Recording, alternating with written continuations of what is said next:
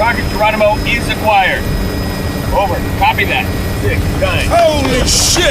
मंजर सामने घूमने लगता है, लेकिन क्या आप जानते हैं ओसामा बिन लादेन कैसे आतंक का सरगना बना, कैसे उसने इतने बड़े आतंकी संगठन की नींव रखी और कैसे बना ओसामा अमेरिका का सबसे बड़ा दुश्मन।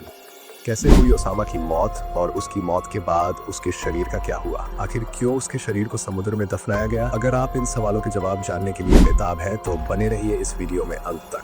दोस्तों, इससे पहले कि हम ये जानें कि ओसामा बिन लादेन इतना बड़ा आतंकी कैसे बना, एक नजर डालते हैं उसके बचपन और जवानी पर। बचपन और शिक्षा।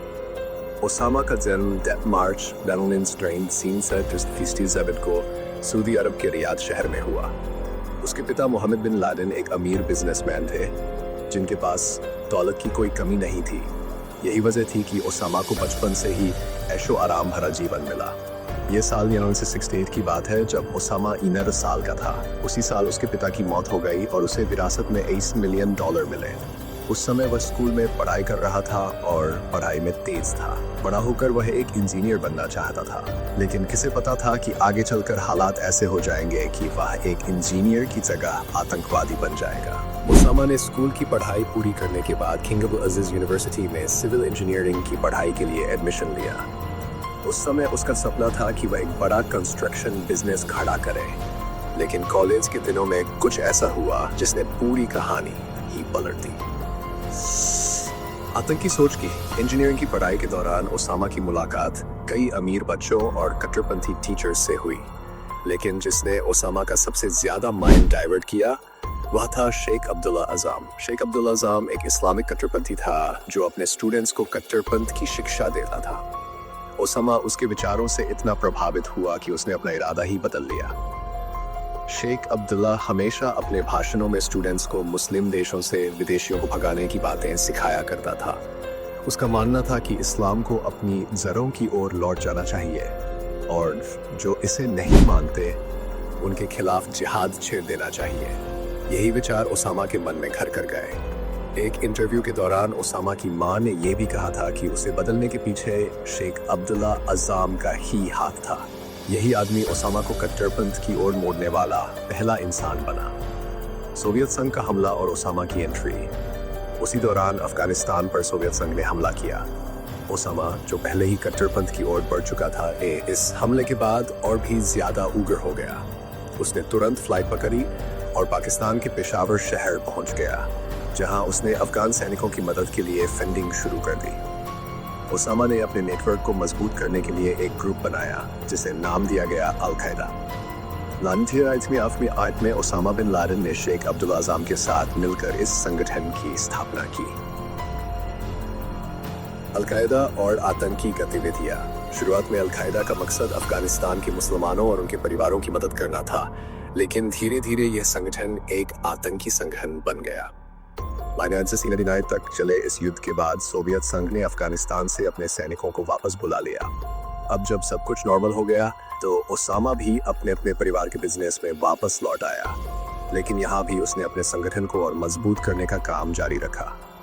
धीरे धीरे उसने अल-कायदा को एक ग्लोबल आतंकी संगठन बना दिया जिसका हेडक्वार्टर अफगानिस्तान में था, लेकिन इसके सदस्य दुनिया भर के 22 से 36 देशों में फैले हुए थे। अमेरिका से दुश्मनी और आतंक का विस्तार। 1990 में जब सद्दाम हुसैन ने कुछ तेल के कुओं पर कब्जा करने की कोशिश की, तब ओसामा ने सऊदी अरब के किंग को एक लेटर लिखा और अपनी आर्मी को जंग के मैदान में उतारने की परमिशन मांगी, लेकिन सऊदी अरब ने अमेरिका से मदद मांग ली, जिससे ओसामा को गहरा धक्का लगा। इस बात से नाराज होकर ओसामा ने एक फतवा जारी किया जिसमें कहा गया कि सभी मुसलमानों को अफगानिस्तान जाकर ट्रेनिंग लेनी चाहिए। इस फतवे के बाद करीब 3000 लोग अफगानिस्तान पहुंचे और आतंक की ट्रेनिंग ली।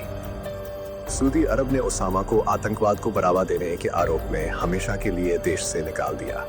अब ओसामा के आतंकी हमलों की शुरुआत हो चुकी थी। अमेरिका पर पहला हमला। ओसामा ने 1992 में यमन के एक होटल में पहला हमला किया, जिसमें 2 ऑस्ट्रेलियाई टूरिस्ट मारे गए। इसके बाद 1993 में वर्ल्ड ट्रेड सेंटर पर हमला हुआ, जिसमें 6 लोग मारे गए और सैकड़ों घायल हुए। 1995 में नैरोबी और दार एस सलाम में अमेरिकी दूतावासों के बाहर बम धमाके हुए, जिनमें 2 लोग मारे गए। लगातार हो रहे हमलों की वजह से अमेरिका ने ओसामा को पकड़ने की योजना बनाई, लेकिन सूडान ने 1996 में उसे देश से निकाल दिया। अब ओसामा अपने 10 बच्चों और 3 बीवियों के साथ अफगानिस्तान पहुंचा और वहीं से अमेरिका के खिलाफ जिहाद का ऐलान कर दिया। 9/11 हमला और ओसामा की मौत।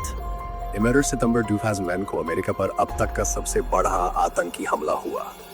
अल-कायदा ने वर्ल्ड ट्रेड सेंटर और पेंटागन पर हमला किया, जिसमें 3000 से ज्यादा लोग मारे गए। इस हमले के बाद अमेरिका ने ओसामा बिन लादेन को दुनिया का सबसे बड़ा आतंकवादी घोषित कर दिया और उसकी तलाश शुरू कर दी। 7 साल तक ओसामा को खोजने के बाद 2011 में अमेरिका को पता चला कि वह पाकिस्तान के एबटाबाद शहर में छिपा हुआ है।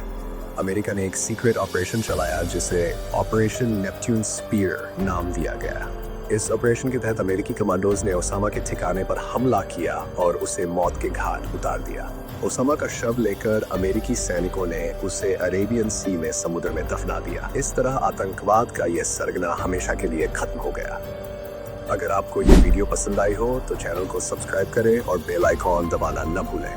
अगली वीडियो में मिलते हैं, तब तक के लिए अपना ख्याल रखें।